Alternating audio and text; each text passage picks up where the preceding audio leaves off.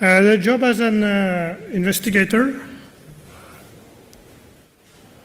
As an investigator, your job is to find details associated with the suspicious crime. It's a fact that Bitcoin is still the most widely used cryptocurrency today to facilitate cybercrime, both on the darknet and otherwise. So we will focus on Bitcoin and how we will trace a sample transaction. We will look at a sample case. So as an investigator, your job is actually to find all the entities related to that particular crime. Hostname, IP address, email address, in order to find out who is behind the scam or the crime. Our job is also to document all the findings, which can help us make the case. So we do not rely on expensive software.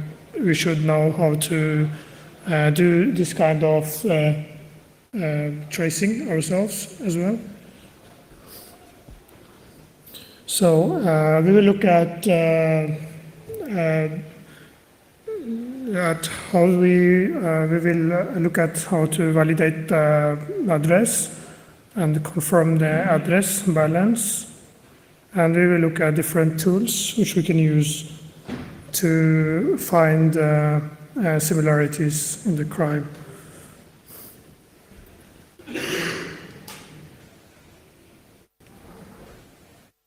Okay, so we start by validating the address. We have a suspicious address on the Bitcoin blockchain.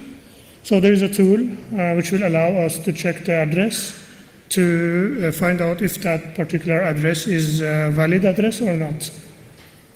We don't know. Sometimes there is an address which might not be a valid Bitcoin address. So the first thing we do is to figure out if it is actually a valid address or not. So then we confirm the address balance. We will put the address balance in and see what is actually going on with the transaction. So we see that there are multiple addresses.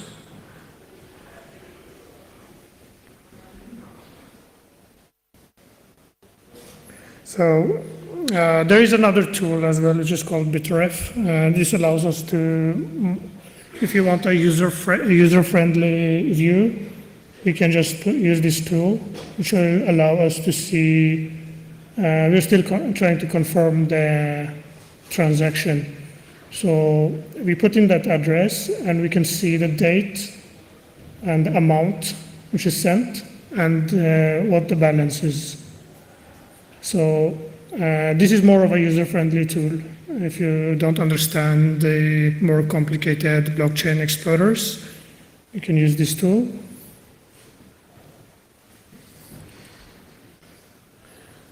So in this case, we see that we have a few different dates, and you see that amount there's a minus amount, and there is the remaining balance.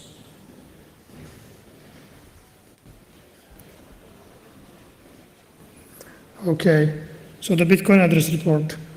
Bitcoin Who is another tool that will show us more information about the particular crime.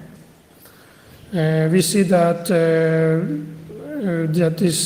we see the current balance. I'll show you here. We can see that this is the address and this is the name of the wallet, which is in hexadecimal format. We see the current balance. So, and here we see the number of transactions. We see the first transaction, and we see the last transaction here. So we also see that the website appears 9 times. So the total received amount on this address, we can see here. And we also see the last transaction IP. It's like 1, 2, 3, 4 IPs that are involved in relaying this transaction. Okay. So this is a useful tool. Yeah.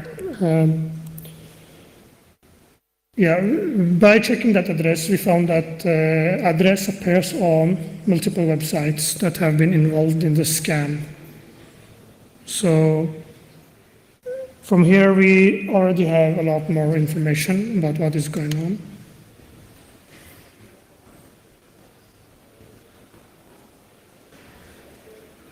Okay, so hashxp.org. Using that service, we can actually link transactions together and filter out the most common senders and the related receivers. So we see the four most common senders and 4 most common receivers and the 2 most common sending siblings and the 7 most common receiving siblings. So using hashxp, we can find out more about the related transactions. So the address we are checking is actually here, as you can see. Okay, then we have the famous Bitcoin blockchain explorer. This is the most used program, actually, tool. Because every transaction on the Bitcoin blockchain will be recorded on the public blockchain. So we can also see the transaction here, the total received amount, and the final balance.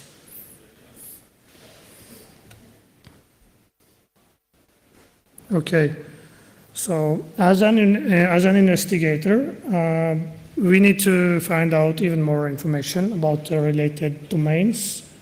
So what is actually passive DNS? Passive DNS is a database that saves all the DNS lookups. If, for example, some malware have been using an address, sometimes the attackers change the DNS. Which is used only on that specific malware campaign. Then after that, they will change back again to try to obfuscate the domain which they used for relaying or delivering the malware. So they try to temporarily use a specific DNS name, then they will change back. For example, here. So, but when we have this passive DNS database, we can go back and look at which malware was actually using that domain back in time.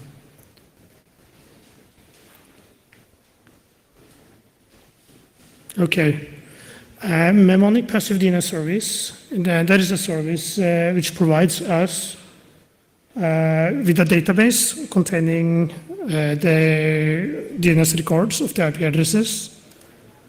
So, yeah. Okay, in this particular case, we see that this domain was used in the malware campaign. So we see that last transaction, the date which it was, and the A record indicates that malicious websites has been used for the scam. So from that, we found out that the A record points to a specific DNS address, which appears 10 times. So why is this important? It's important because we can relate the Bitcoin crime to a specific host name.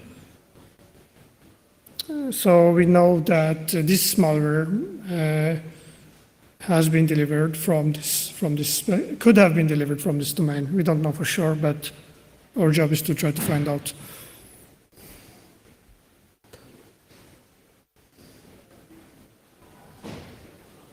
Okay, So we checked who is the record. In this example, we are checking this address, which appeared 10 times in the passive DNS report. And we saw that the domain is hosted on this IP, which also hosts 2 other sites. So if you want, you can also contact the abuse department. So we know that this domain belongs to this person who is a developer of Bitcoin mining software. So this raises a number of questions. Did the malicious Bitcoin address relay funds using one of those servers? Or was this person involved in the crime or not? We don't know. Okay, so we will come back to that. BGP View is another tool which we can use to find out who is the ISP of that particular IP address.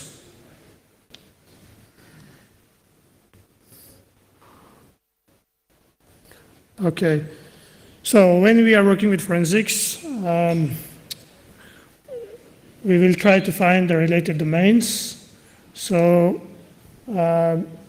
what we do is we take the Bitcoin address and use the onion scan tool. The onion scan tool will actually scan the darknet for the darknet address to see if that Bitcoin address is used in that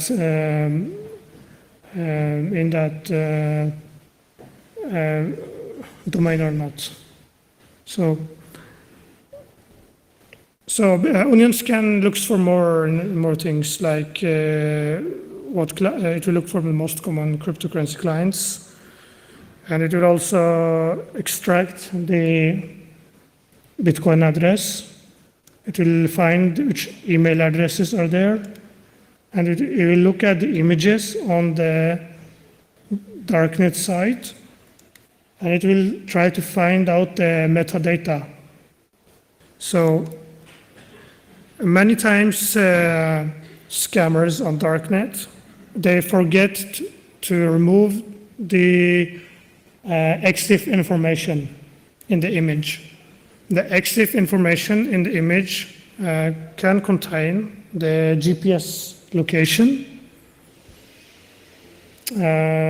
which is bad for the attacker. From there, you can actually pinpoint from where the exact location the attacker operated that darknet market or that scam. So using that tool, we can also look for darknet sites to see if we have a Bitcoin address, if it's been involved in the darknet on that site.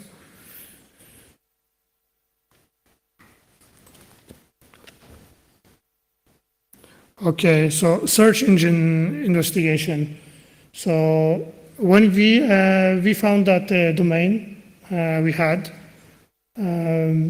was the developer behind that. Well, he's a Bitcoin developer. He calls himself -JR. So we tried to find more information about him on the social media. So just Google him, and we will see more about him. So we also checked that on Facebook and LinkedIn. We also found more information about that person. But still, we do not have enough evidence to conclude whether he was intentionally involved in that crime or not. But our indication points to that one of his domains was used to facilitate that cybercrime.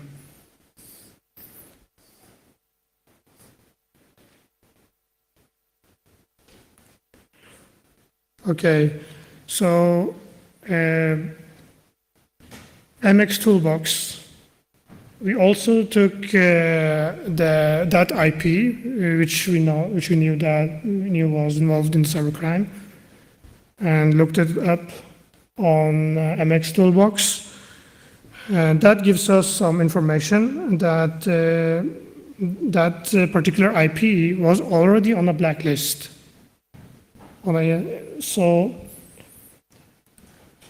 yeah, here we see the blacklist. So that means that the scam has been, well, it can indicate that it has been delivered using a mail server,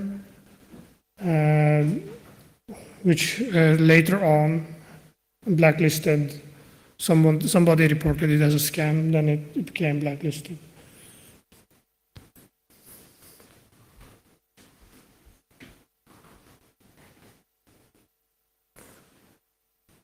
Okay, SpyTox, that is another tool. We can actually search for persons. It's like a yellow pages. SpyTox will give us information on possible persons who has a specific email address. So that's another tool we can use to aid the investigation.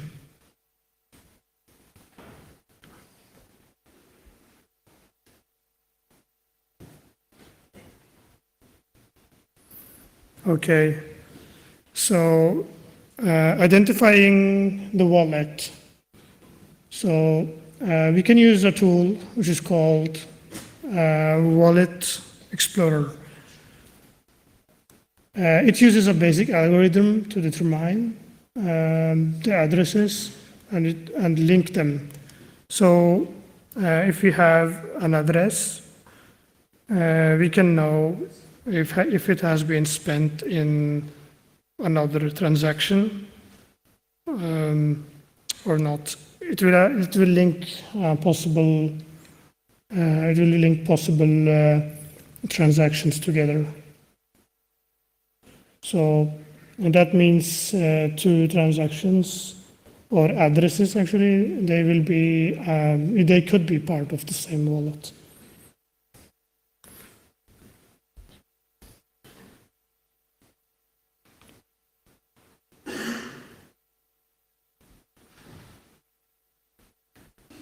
Yeah, same example. Here we have the address, we have the date, and we have the amount that is sent and received, and you can check each transaction.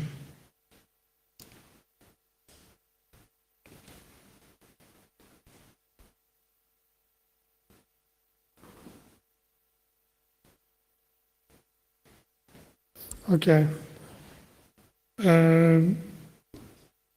Yeah, it is possible that the suspect is using multiple wallets as well. Often there are multiple addresses which are generated from one single wallet.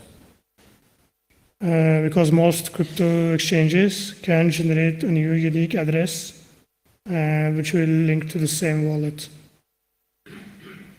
So even if the attacker is using a new unique address, it belongs to the same wallet.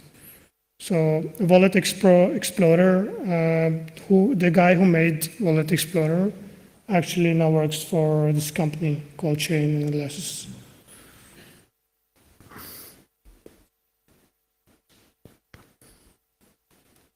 Okay, the oxt.me, that is another tool we can use to look up the Bitcoin address.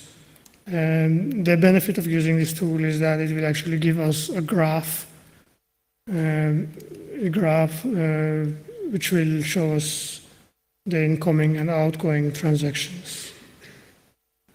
So, yeah, here is a possible wallet name. Yeah, the information is basically the same, which we will find in the Blockchain Explorer, but here we can have a visualization of it. So it could be useful if you want to use that in a report, case report, and you can visualize the crime. So it also gives us the dates, so we can see when that activity was higher and when it was lower. Okay. And we also have altcoins, which are actually other coins or cryptocurrencies. One of them is Digibyte. It is used as an example only. So what we do is we search for the address on Digibyte's blockchain explorer, which gives us that this address belongs to the Bittrex exchange. And the Bittrex exchange contains this amount of Digibyte. So, and we also have the addresses which correspond to that wallet.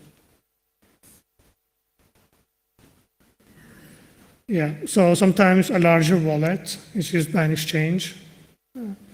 And from there we can know that if the attacker is sending altcoin or some coin to an exchange, we can go directly to the exchange and get the information about the user from the exchange, because most exchanges will ask for identification documents.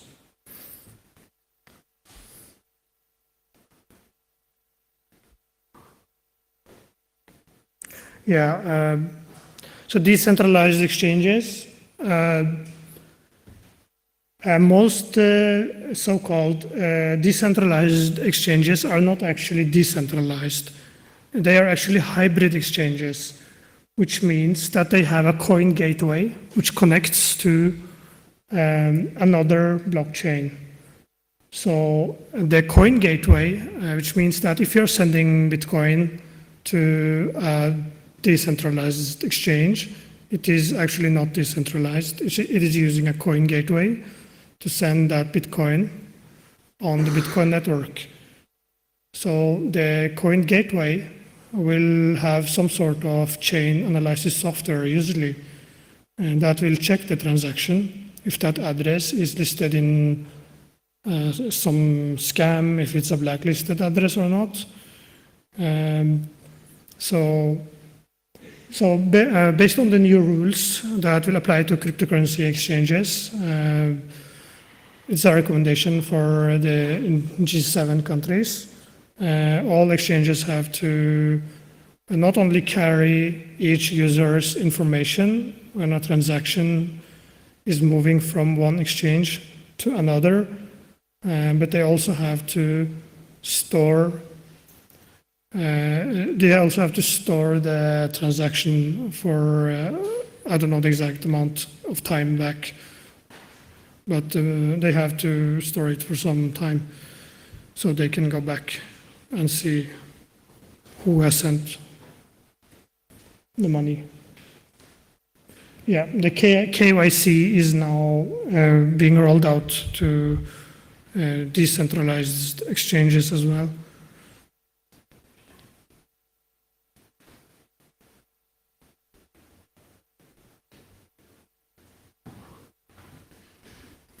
Okay, so what are P2P exchanges?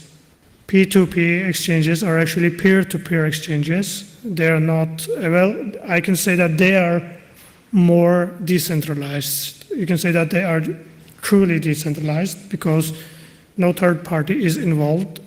So for example, we have BISC. Using BISC, we can send we can actually buy and sell Bitcoin directly over the Tor network. But even if you're using BISC, it is still possible to figure out some information about the transaction. So that is possible because there are certain patterns we can look for in the traffic. If we were to intercept the Tor traffic or communication, we can look for certain patterns and find out more about that particular transaction. Some of them are listed here.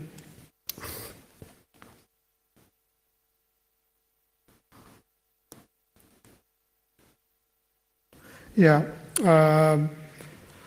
So, yeah, there's an example. If you can write snort rules to detect traffic inside BISC network, but we still will need to set up a fake Tor node or intercept the traffic in order to be able to detect that that Bitcoin transaction is coming from a BISC node.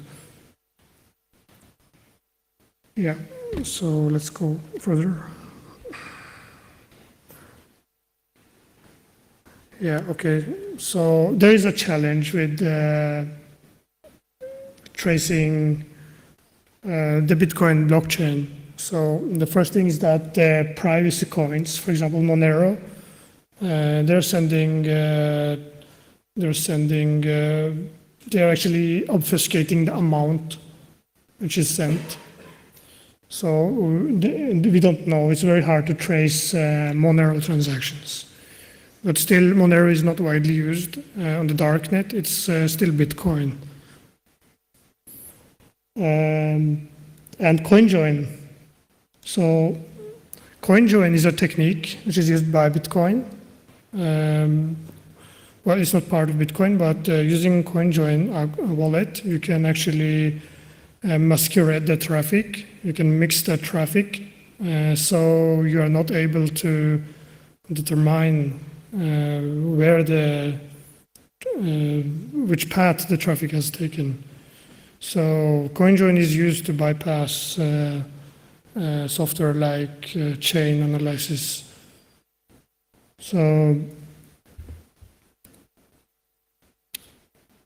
So here we have an example of a transaction which is without CoinJoin. And here we have an example of a transaction with CoinJoin.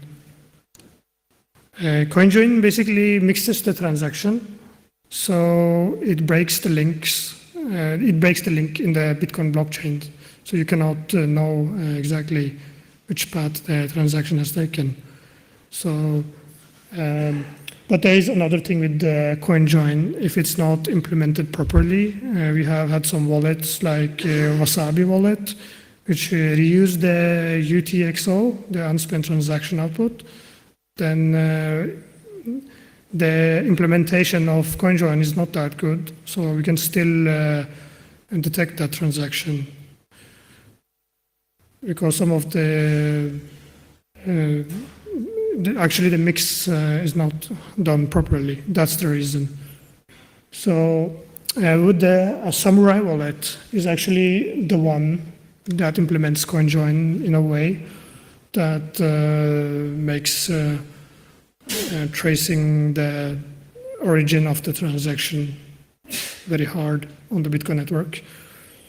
So, and there's another thing with the private full node. If you run your own Bitcoin private full node, you also achieve privacy.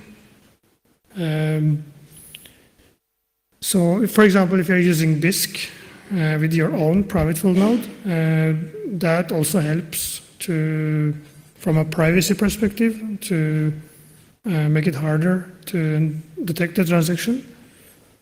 And we have the Lightning Network, which is coming. Lightning Network is a second layer protocol.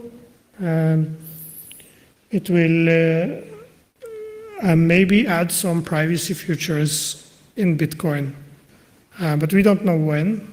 So, but most probably it will be optional privacy features in Bitcoin that is coming in future, but we don't know when. So that will also make it harder for us to trace the origin of a transaction. Yeah, so the users who don't run their own full node are also exposed to a privacy leak. This is from the BISC documentation, that there was actually a bug there. So a full spying node will find out easily that all the addresses created by the wallet are from one wallet and belongs to the same owner. So we can actually set up a fake full node on the Tor network to spy on the BISC traffic. So I don't know if it's done already or not, but there is a vulnerability, as you can see. So even when using BISC or other decentralized exchanges, it still leaves traces on the blockchain, so you can still find out information.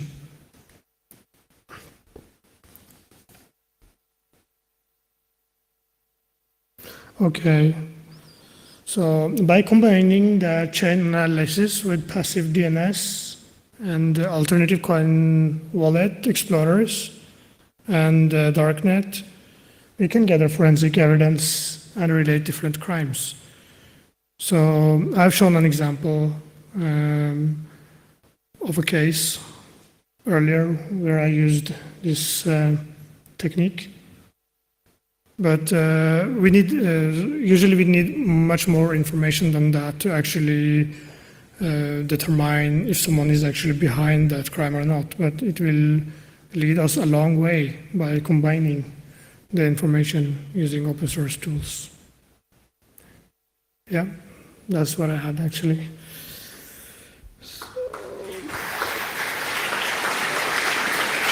So if you have any questions, I can, open for them.